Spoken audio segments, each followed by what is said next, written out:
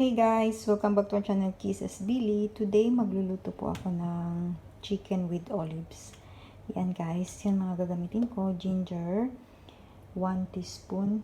And then turmeric, 1 teaspoon. And then, yan po, olives. Gagamitin ko po yung lahat.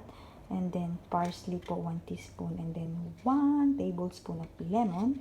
Yan po, garlic and onion, of course. And then, olive oil po. Yan guys, hope you like it. Enjoy! Yan guys, ready na ang lahat. Yan po. Yan.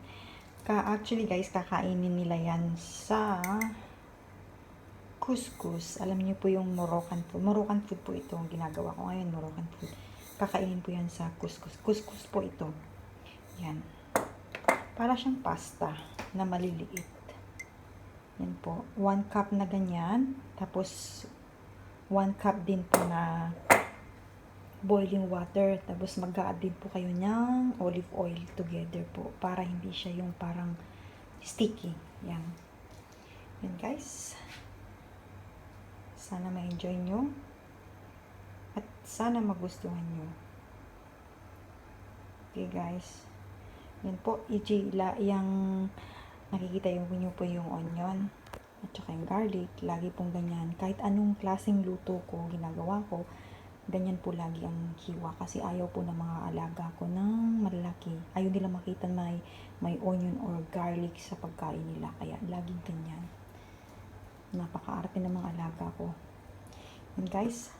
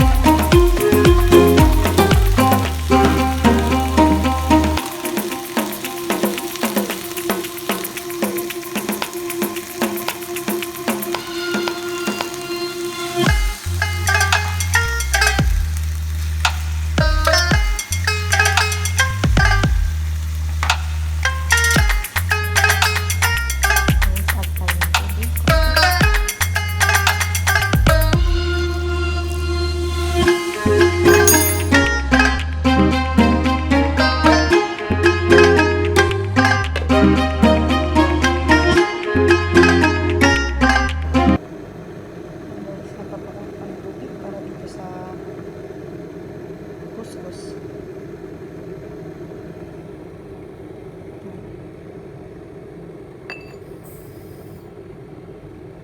1 cup din po yung tubig na mainit.